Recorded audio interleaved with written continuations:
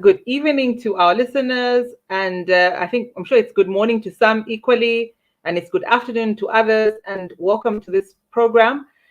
We are discussing a topic called "Is there a male crisis looming?" And joining us to talk about this topic is Professor Kasanda. I'm sure a lot of you know him, and he has been quite prolific, probably in a lot of our lives as our lecturer or as our mentor for a lot of us. So I'll just welcome you to the program, Professor. If you can just unmute yourself.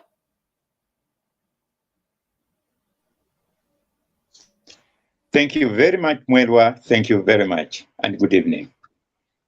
Good evening. We are talking about a topic called, is there a crisis looming? In terms of our male population. It sounds like a bit of a funny topic, but I think it's one that's very cardinal for us. Warren Farrell, he writes a book about, he says the boy crisis, why our boys are struggling and what we can do about it. And he breaks it down. He says, it's a crisis of mental health. Boys have become, ADH is on the rise, and as boys become young men, their suicide rates are going from equal to girls to 6 times that of young women.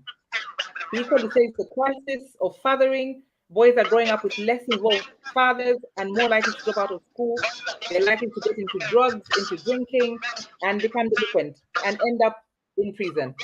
He says the crisis of purpose for boys, old sense of purpose, being a warrior, a leader, or a sole breadwinner is fading. Okay, he's saying there's many bright boys are experiencing a purpose void, feeling alienated, withdrawn, and addicted to immediate gratification. And worse off, he equally identifies it as a crisis in education. He says worldwide boys are now 50% less likely than girls to meet basic proficiency in reading, in writing, and in sciences. And so this is, I think he did quite a wide study. When you read his book, there's so much data, and it's worldwide, where he says there's this crisis looming, and I can see it a bit in Zambia, and probably that's why I'm saying is it looming? Because I can see there's this distance between the generation, like your generation and our generation. I don't know, what do you think about that?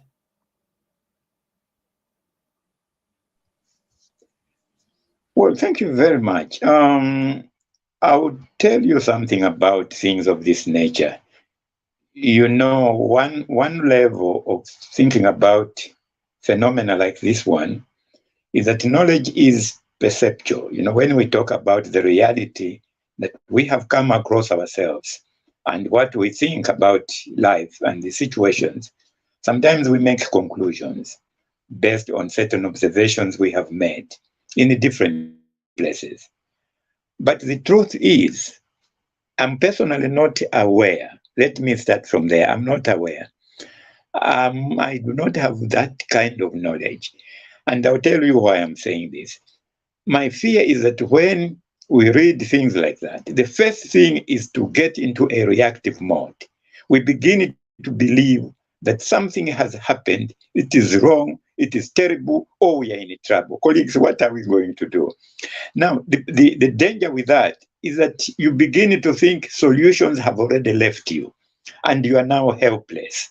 So perceptual reality, we need to share it so that we compare notes. And I like the way you are putting it, Mwelwa. You are really saying, look, someone has observed this. What do you think? I'll tell you, I prefer to look at issues of this nature, but not in a reactive way. I would rather be convinced that something has happened. To what level? What kind of Zambians are there? What age groups? How did this come about? So, in other words, Mwelwa, I'm thinking that what we need to do, especially in Africa, is not to continue telling our stories of Kalulu and all these stories. This is the time to ask questions, to dig deeper, to find out exactly what's happening. In short, we have to begin to respect research, which is not overgeneralizing, but which is really focusing on a situation that is ours. That's, I think, what I would say regarding this. I appreciate the experiences you have alerted us to, but can we please begin to investigate so that we don't get into local solutions? We look for local solutions using global parameters. Chances are that we are going to fail. So why don't we start to do some research work, serious research work? Absolutely. I'm a little amused, especially when I get that view, and I think I get that view a lot from you and my dad, where he says, but where is the actual, the actual proof? And would you? I would equally say that sometimes there's a little bit of a gap between our generations. So we are very global. There's that global aspect where our mind is so global, and for your generation, you are on the proof. You want to see it and feel it and know that it's actually there.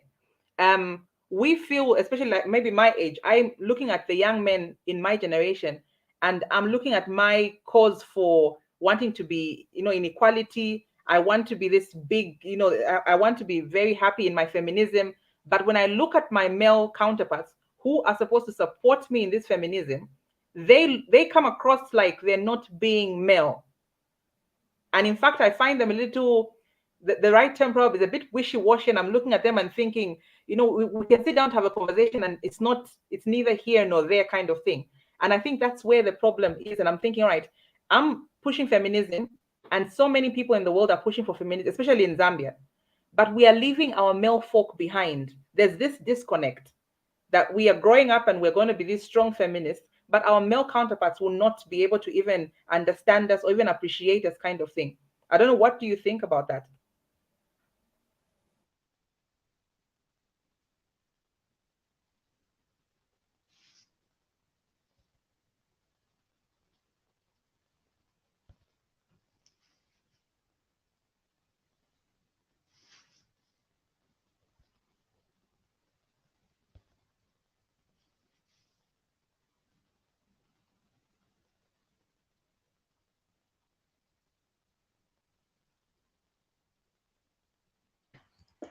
And when we arrived there, we were taken to a classroom. It was a one-story building. We went there, and the presenter said to us, look at this class very carefully. And believe it or not, Mwelwa, we found, I think there were probably 99% were girls. We are only two boys, seated.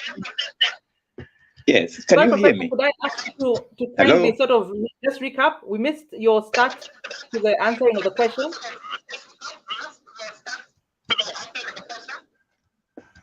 Oh, sorry. Can I go back to what I said earlier? No. I just meant this same question when you were starting to speak. We missed you at the beginning. Earlier on, I had talked about the fact that the second question. Okay. I'm saying that when I visited the Caribbean nation, we were a group of us, and we were taken to a classroom where we saw a classroom full of girls, but no boys, very few boys in the corner. The presenter said to us, you who are doing programs concerning girl education, be very careful how you do it. Look at our classroom now. Can you please go ahead and look at what's happening through the window outside? What did we see outside? Boys in the street and sitting and kicking and playing, but they are not in class. Girls were in class. His thinking was that at some point they had gone so far as to say the girl child, the girl child, the girl child, but there was nothing on the boy child. So the boys actually left the class and they went into the street. Now the question was, is this what we want? So I would like to think that if I will appreciate if you can still hear me, that this example, when we came back from there, we found a Zambian here. I think she's called Lista Lishika, somebody like that, who actually works to educate the boys about life, about girls, about parenthood. This is a Zambian. But what we noticed is a problem is that if a project is not assisted by aid donors, by aid donor money, it's apparently you don't hear much about it. So there's this person who is working on the boy child education to balance the whole thing up. But you don't hear about, and I think up to now, maybe she's still the only person I know in Lusaka. So as you can see, the issue really is what do we want for our society? It's not about a woman, it's not about a man. It's about what shall we have as a family together, working together. Otherwise, we shall get into a culture of blame, where this one is blaming this one. This one is blaming, a woman is blaming a man is blaming a woman. But isn't the reality about education? I think this is because we have put so much emphasis on schooling our children. And when you school people, you don't have value systems. Values are important because you cannot create value without having a value system. You cannot add value to anything if you cannot create value. And by implication, we work with the standards. And I think this is where your question is important. We work with the standards. A standard is not what you conceive yourself and you plant and you see grow. A standard comes already arrived at, made, and then you are supposed to follow a standard. Meaning the values behind the standard are not known by yourself, by myself. And therefore, if standards are what you use to measure your performance, it means you ignore the value systems. And when you ignore the what things are worth, whatever it is, it will end up in long term, you will end up in confusion. It's not about being global or being local. It's about being human. Human civilization is more than being cultural, ethnic, or name it. I think that's what I think about this question, and I hope we are still together. We are, Professor, definitely. I think I've loved your answer. Could that be then the reason why there's such a bridge between the old and the young? Or why there's a disconnect between, let's say, for example, fathers and their sons?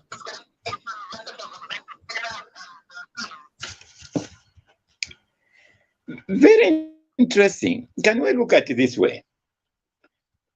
Mwelwa, we have to be a bit okay. I have been teaching philosophy of education, psychology, and sociology, especially at the University of Lusaka and the other universities. And what you find is that maybe we haven't done the definition of what we really need in our countries in Africa. For example, what is it that a father or grandfather like me can offer to our children or to our grandchildren? The only kind of knowledge that is possible is that knowledge which comes under or through socialization. And as you know, socialization is transmission of knowledge from one generation into the next, and repeatedly, so it can go on and on. Now, the problem with the socialization knowledge is that it doesn't know innovation. It knows repeatability. It knows reproductionism. However good, however we may praise it, it could be the skills, it could be the attitudes, it could be concepts, it could be ideas. Excellent.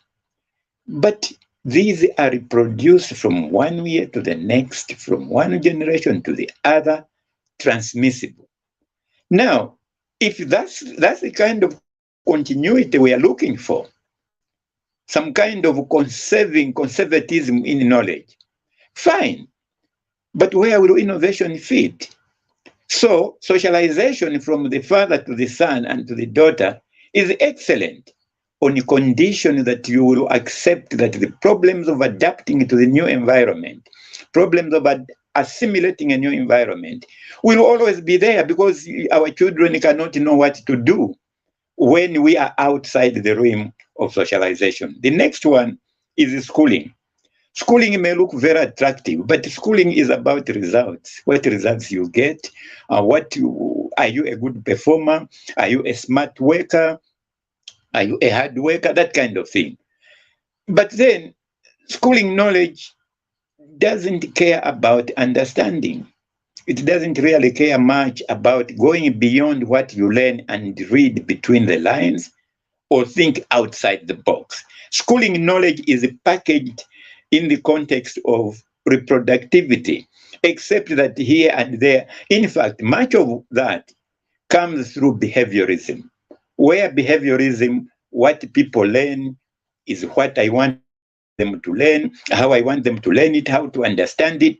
So again, even in schooling is really cannot actually give our children what is needed. What is needed now is to get full blast into education, to educate the mind, to think, to educate the heart, to feel and express emotions that are human. And we shouldn't just be saying mindset. How do you change the mindset if you have your belief set, which is set? We have to think of education as a holistic upbringing of a child, where you start with a belief set, you get to the mindset, you get to the heart set. By the time you are looking at the body sets, or what we call hand sets, you have a link already made. So the analysis has really to get to. I am worried about a culture of blame in our countries, especially in Africa, where things are seen in terms of black and white, all good, bad. That's moral knowledge. Moral ethical knowledge is excellent. But the limitation, if it is the one we cling to, is that we shall have problems with things of logic and rationality. Because how do you think through things? For example, what has happened now, even the few questions you have asked, are showing that we're already in a culture of blame mode. Anything that happens, this man is abusing a woman. This woman is what and what. This woman is drinking too much like a man. Have we sat down, Mwelwa, to say, what are the critical cardinal values that we should embody? What about the principles that should go with those values? What are the benefits? What kind of society? Lastly, I'm afraid because education is about long-term planning, long-term strategic thinking. Education is not about get employment today and you're employed. It's about how do you want your life in order for you to fulfill your destiny.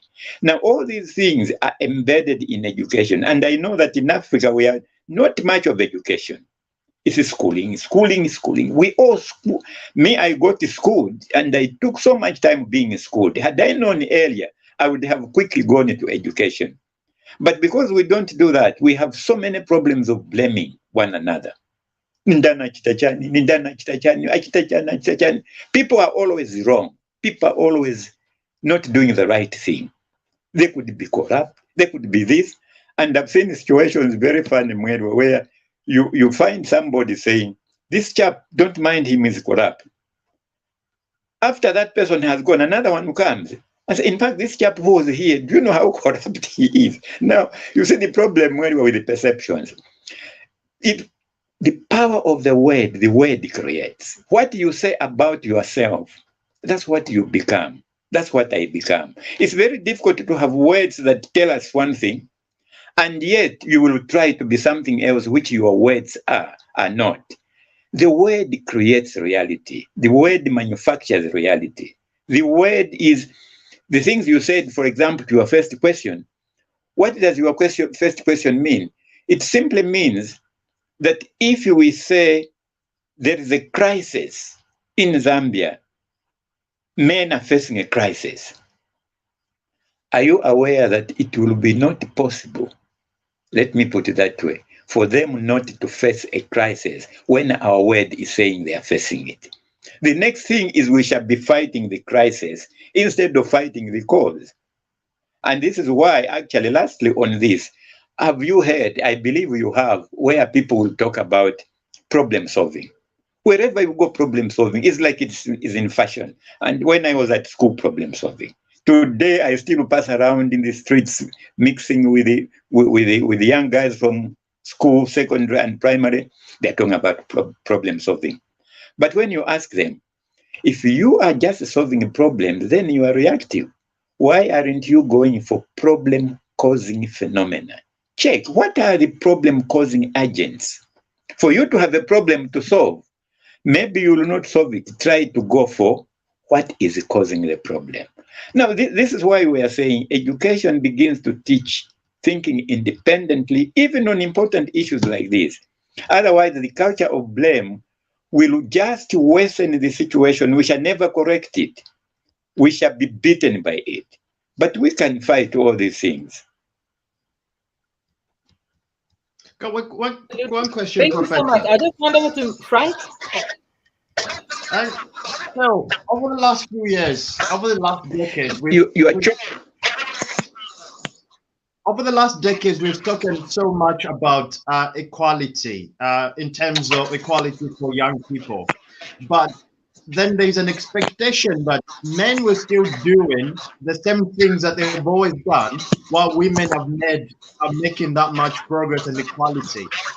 And are we not supposed to be, as a society, if we expect to create equality, to say if a woman earns a lot more money, it's okay for a man to stay at home or something?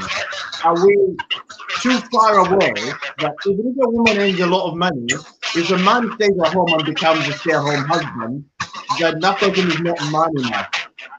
As a society, are we having enough conversations to create that balance? Are women meant to be changed, and men are expected to also change? Very good. Thank you very much for that contribution. You see, this you can see why I was emphasizing on education. The parameters we use now to judge one another and to see problems are parameters where one person is wrong, depending upon the side where you are. The other person is already wrong. What can we do you must stop doing this? But you see why we're talking about education. You imagine I have a daughter, put her here, a son, put him here, and say, guys, do you know who you are? Let us talk about ourselves. What do you want in life? And you, what do you want in life? How do you live there? It's about harmony. Life is about harmony. You know, we should not be atomizing knowledge. Knowledge starts with molecular combinations. It's about a relationship among different atoms to form a molecule that come together to cells. You know better the biological analysis you can make. Me, I'm using a social paradigm and educational paradigm to analyze these things. But what it means really is anything we see that we know is uncomfortable, equity, access, quality, equality, name them. What do we need to do? We are looking for harmony in our society. We are looking for fairness. For example, tell me, why is it that it's so difficult to find Zambians doing business as a family? These are the things our colleagues like yourselves can let us know. Why is it so difficult? We do not have that practice of creating. I mean, you have a situation in countries like ours and many others in Africa, where there are even cases where we are pro-poverty, we are pro-poor. Now, why aren't we? If you are pro-poor, it means you are pro-poverty. You can accept poverty as a friend. But if you are pro-prosperity, prosperity will fight against poverty on your behalf, because you are fighting for a good cause. But you see, even those things which stimulate us to do the right things, like hunger, we begin to fight it. Can you win a war against hunger? So it's these things which we have to, I think, be a little more analytical and say, harmony costs something. It doesn't come because one person is reasonable and the other is stupid. Usually in life, if two people are fighting, and I think in philosophy we teach this, if two people are fighting, one loses a battle, the other one wins. You cannot say this one is right, this one is wrong, because both are responsible for each other's loss or win. You win because you are responsible for winning. The other one who lost is also responsible for his loss. To give excuses is perpetuating again the culture of blame, the culture of condemnation, the culture of overjudging others, and the culture of saying, among us some are rotten, others are holy. But think about it. Think about it. Is that the way to conduct business of human beings? And by the way, my friend, that I like the question you asked, because look at it this way. What are we going to do with what, even biblically, the nature of the human heart, where we can know the truth? We even know how to go about it. But we have a free will to choose not to do and to do. So when we say this one is not right, the reason I like your question is because it opens the door, to me at least, to the fact that when something is wrong, it's not about having a deterrence in place. You can also have detente. You can make sure that through negotiation, through discussion, through debate, you either agree to differ or you agree to do the same together through collaboration. But those these days are not seen. What is more important these days, apparently, is something I can classify as materialistic consumerist mentality, where if I have got something that satisfies my physical needs, remember we said there is a spirit set, there's a mindset, there's a heart set, but all these are ignored more or less. But the material handset, my phone is the latest. My phone is disappointing me. And if I have two good phones and maybe another car and maybe another building, wow, I have done what Maslow used to call self-actualization. But think about it. What about human civilization, which is not a product of self-actualization? It's a product of collaborative effort. It's a product of human dignity. It's a product of working together to create a better human being. But in Africa, my colleagues, we seem to be now forgetting the values that made Europe get to where it is today. They may have discarded them, yes, but that was after they had been brought to a level where they said, yes, you need value systems. With the value systems, you can create value. After you create value, you can now add value. Maybe this is why, sir, when we try to add value to many things in Zambia, we find that we don't go very far, because you are trying to add value to using a value you didn't create. That's a standard. It cannot be yours until you make improvements and come to a level you can come. We need our people to continue growing. Education doesn't end. But we take it like our people have been socialized, they finished with that. You remember myth and mysticism and magic, the origin of all human beings. People have been living these stages, graduating to other stages. If somebody was a non-Zambian asked us, at what level would you say the majority of Zambians are today? Here are the stages of human development historically. Where are you today? Normally, we would probably like to avoid those questions. I think, yeah, no, we shouldn't be dismissive. But thank you for your contribution on that one. I think that's a good understanding of the issues.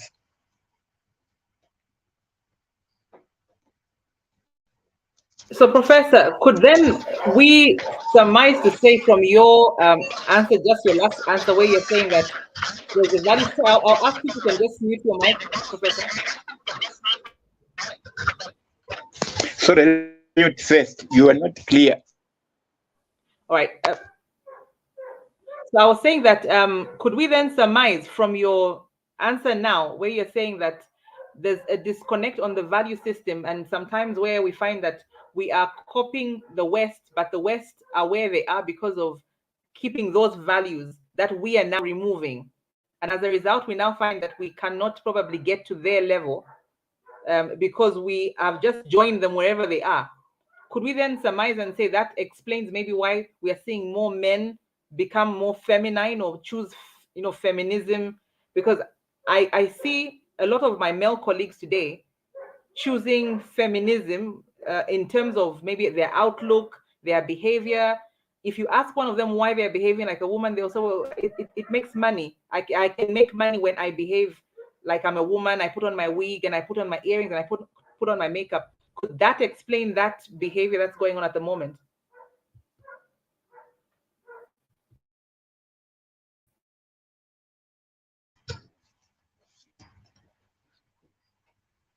What we shouldn't do, and I don't know how this happened, we over compartmentalized humanity. We said if you see something happening like this, it's a white man who does that. A black man doesn't. For example, if you see a person keeping time, chances are that he will not be a Zambian. You see, if there are certain values, they may be treated differently, they may be put on the table or on the floor in different ways, but these are human values that are cardinal to everybody. So the idea for us is not to over segment things and say, our values are these. Actually, usually that's not true. You look at psychosocial values. We respond to them as human beings in the same way wherever we are. And this is why, for example, Mwelwa, let me give you this example. Here is somebody who says, we as Africans, we are like this. Those are questions of identity. Identity is very critical. Respect for identity.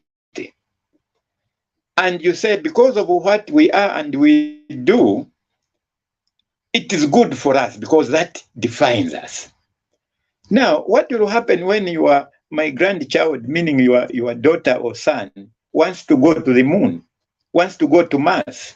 What knowledge will he use? He will have to use knowledge that is universal to human beings.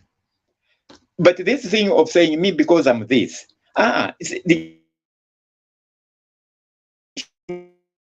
is not copying from anybody like you are trying to be more European than you. I don't think what is critical is our own analysis, where you say, what values give me this, which is worthy?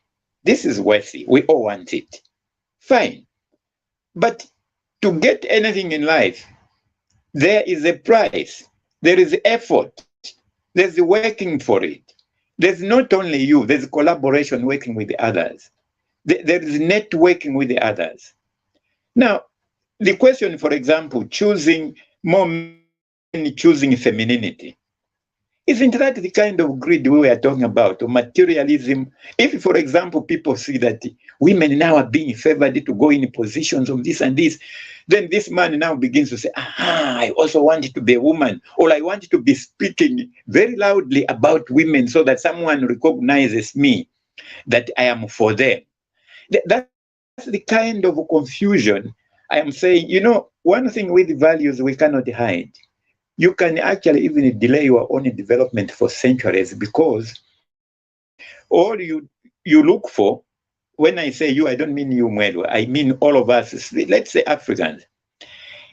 If there are standards we are observing in what we are doing, those come as fashions, those come as global trends. Most of the things we do in Africa today have to do with the trends, global trends. Now, those trends are not born in Zambia, they are born there.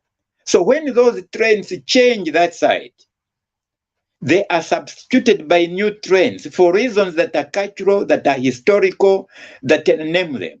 So when a Zambian is receiving a new fashion here, a new trend, my dear brother and sister, you are receiving something that we cannot put at the level of humanity because you don't know it, you haven't conceived it, you haven't understood it. So because of that, you are thriving on instructional behaviorism or behavioral instructionism, where now go right, you go left, you go, sit down. I remember the time our colleagues from Europe came to emphasize a very interesting program, circumcision. And when that came, we were all talking about circumcision, circumcision. So I joked with one guy. I said, now, me at my age, should I circumcise? Oh, yeah. I mean, it's very important. Now, someone who joked and said, I know that is Ed Donamani now, but when it goes, you will hear it will be Mia. Mia means quiet. Now, these are the kind of things we are talking about, where something we become so vocal with very little analysis, but because it has come especially packaged nicely, maybe with the cash sometimes, and so everybody's talking about it.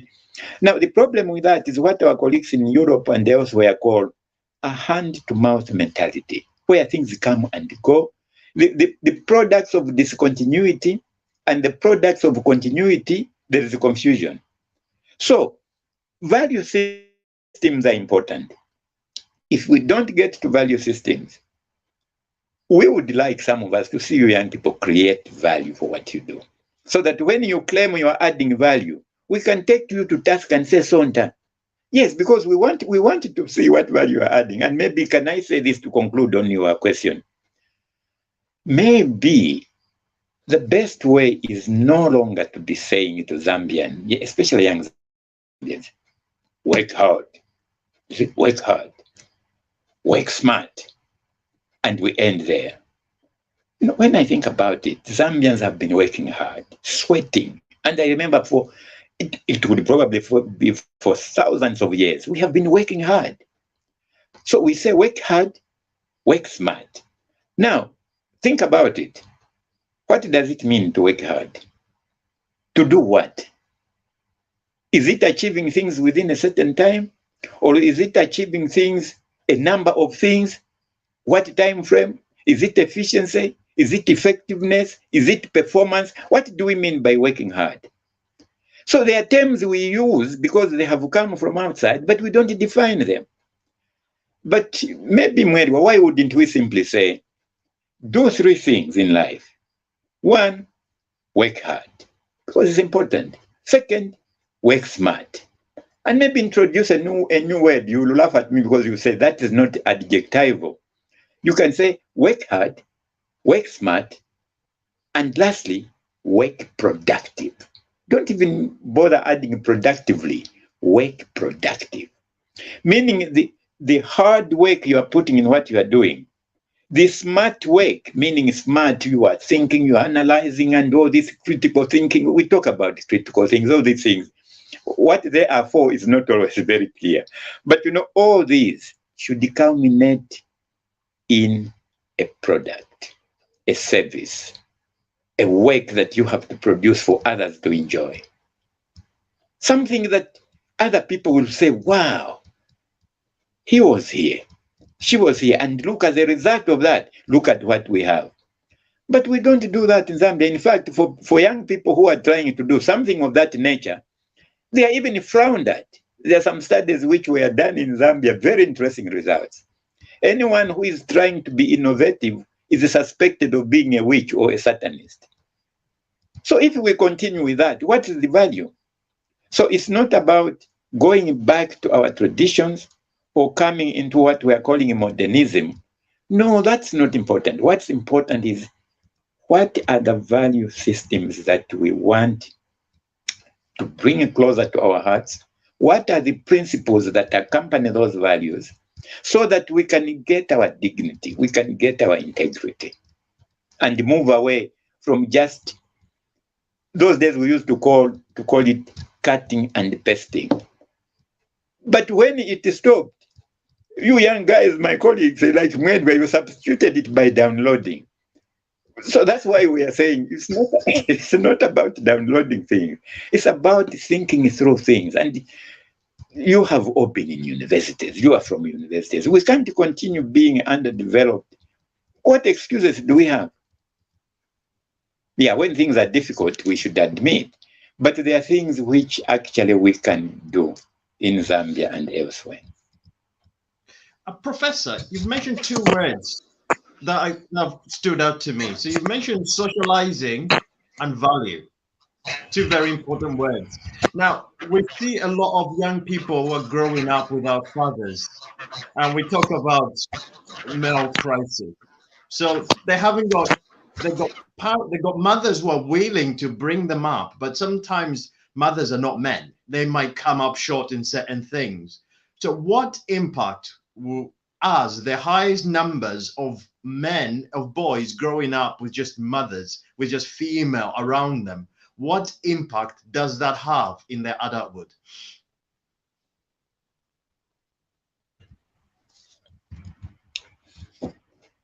You know what?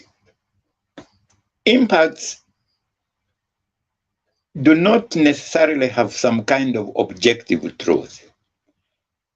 Even by you using the term impact, we can be impacted differently by the same thing, all of us. And this is why we are putting emphasis on education. You know, my brother, my young brother, by the way, if actually you told me this is what to expect, you are going in that place, you may find this. If not this, you may find this. If not this, you may find this. In all these three cases, here is how you will have to handle a situation depending on what you find there. My brother, you have prepared me. You have allowed me to be flexible. You have allowed me to do to look at the value of what we call critical thinking. Critical thinking is not criticizing. Critical thinking is providing alternatives to what has been probably given dogmatically or sealed in an envelope and said, take this is yours. That's what schooling does. Passing this, then you will be employed.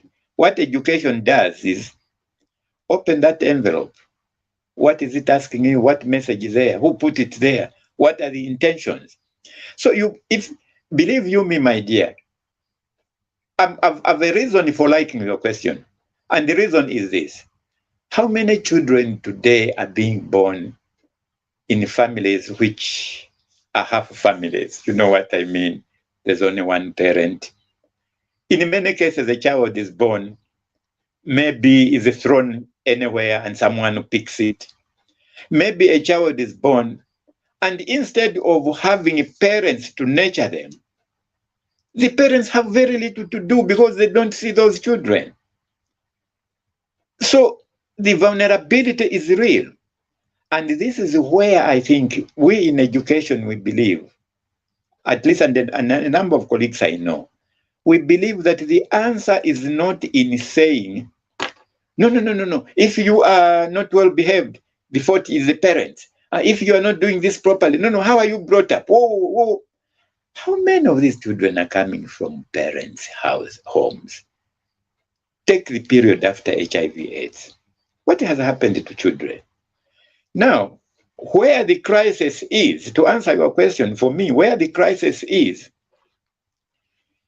where we have left children to be looked after, to be trained, to be brought up by what we call families, even when we know that some of those families are completely incomplete. So we need another layer in communities, in our society, which can be instilling and inculcating values that are critical to any human being, to a Zambian child, as children, and as they grow to be adolescents, so that we move away from this culture of blame to say, you were not brought up properly, you are not respectful, you are not. Okay, my dear, Can you look at our curriculum? Look at our curriculum. We have talked about values issues here. Your questions, Mwelwa, are really about value systems. Pick any curriculum book and show me where a value is defined. Maybe it's mentioned in passing. We have values and attitudes and knowledge, values, attitudes. But what are values? What are attitudes? How do they come about? What is the practice? What is the theory? What are the concepts? How do we inculcate this? And I think lastly, to explain this, here is one example, I think, that comes from some of the students we work with. To tell you, one of the problems we have, and maybe this is correct also to some extent. Let me say I'm reading the Bible, and we are studying the Bible with my children, with my students. What is in the Bible? When we go out of the classroom, what do we find in the culture? It may not necessarily be what is in the Bible. So, but if you were, for example, a Jew, or you were, I don't know who I can refer to, what is reading in the Bible is part of life, is part of culture, is part of behavior, is part of upbringing. So to them, there is no church per Sunday, and kuno kunyumba. Come on, colleagues, what are we doing? So children are contradicted, and that's why they look for what? For blame, for accusing, for who is not doing the right thing for me. Me, ndine wakayele yini, manje problem ilinawaja. Some say, no, the problem is this one, others say this one. That will not end. The moment you get into that, that is culturally constructed. But really, we need different layers. And I would think people like you, with this interest I'm seeing in your questions, why not begin to think of who will take of the child at family level? What about at community level? What about at national level? And this is when now you go into education. For example, why is it that in some countries, by the time a child is 3, 4, they are already being initiated in terms of how to do research? Go and collect information from your home. Bring it here. When does your mom wake up? Most people don't think that that's research. That's teaching research. Children start collecting information very early, and they begin to see value of information. Now, if I ask the two colleagues who I can see on my screen and say, when last did you see us valuing research? You come back to values, valuing information and using information for development.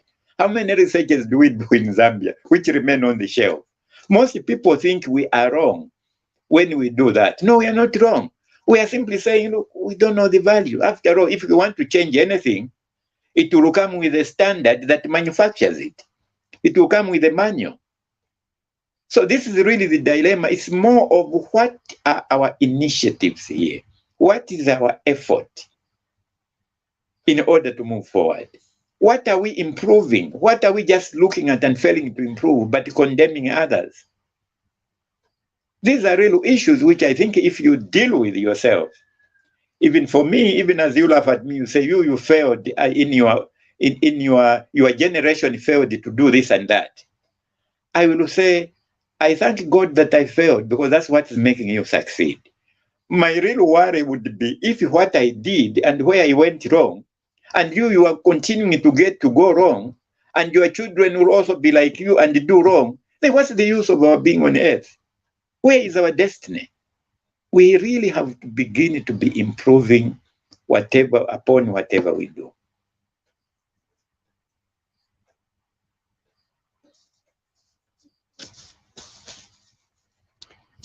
I'm looking at our time, and I'm looking and I'm thinking that we are about to run out of time. You are too quiet.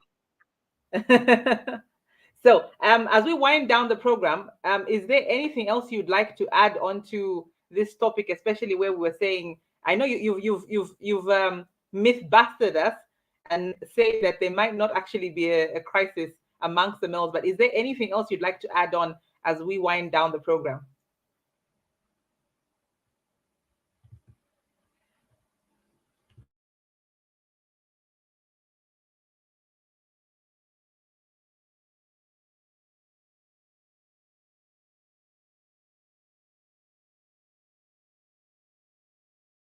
If you can unmute yourself, Professor. Say that no, it would be wrong for me to think that there's no crisis, or there is a crisis. Yeah, I think, yeah. I would be wrong to think that there is a crisis or there's no crisis. I would say we need more investigations to determine the nature of that crisis. Number one. Number two, if it is there, what are we to do? What are we doing about it to make sure that we bring about harmony in our society? Because the problem is one of the culture of blame, which I think is so much that you don't even know who is right today and who will be right tomorrow. Those who are right today are supposed to be wrong tomorrow. So it's this, we are caught in a web of this unnecessary discontinuity and continuity. And in saying something lastly, before we are ruled out of order, I would like to thank you for giving me this opportunity. And I wish you the very best, because if we don't communicate, I don't see how we are going really to know what we should do about life. So I'm very appreciative. I thank you very much, colleagues. And the only thing I can say is, please, let's be careful. Men, women, girls, boys. It's not for nothing that we exist as this gender. Consumerism, satisfaction, the body has its needs. But I know the body is pulling to say, come on, this is values, these are old-fashioned. Are you sure they are old-fashioned? Give us another 30 years, you see where Africa will be if we continue ignoring value systems. And maybe in next programs, we look at what do we really mean by values? What are the examples of values? How practical are values in life? What is the price we pay when we leave them out of ourselves? You have to continue looking for a manual which explains how you should live. Now, because you don't manufacture that manual, you are really offline in terms of continuity of human life. And when that happens, the rest you know. Thank you very much. Thank you so much for joining us.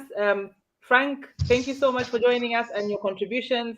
And Professor, equally, thank you so much for this insightful contributions that you've equally given us. I do apologize. I think we had set our time and we've gone slightly over. As per usual with our conversations, we always go over time. So apologies about that. To our viewers, thank you so much for joining us, and thank you for listening in. I hope that you picked up as many golden nuggets as I have personally picked up. And join us next time again as we discuss with Professor Kasanda on some real life issues. Good evening.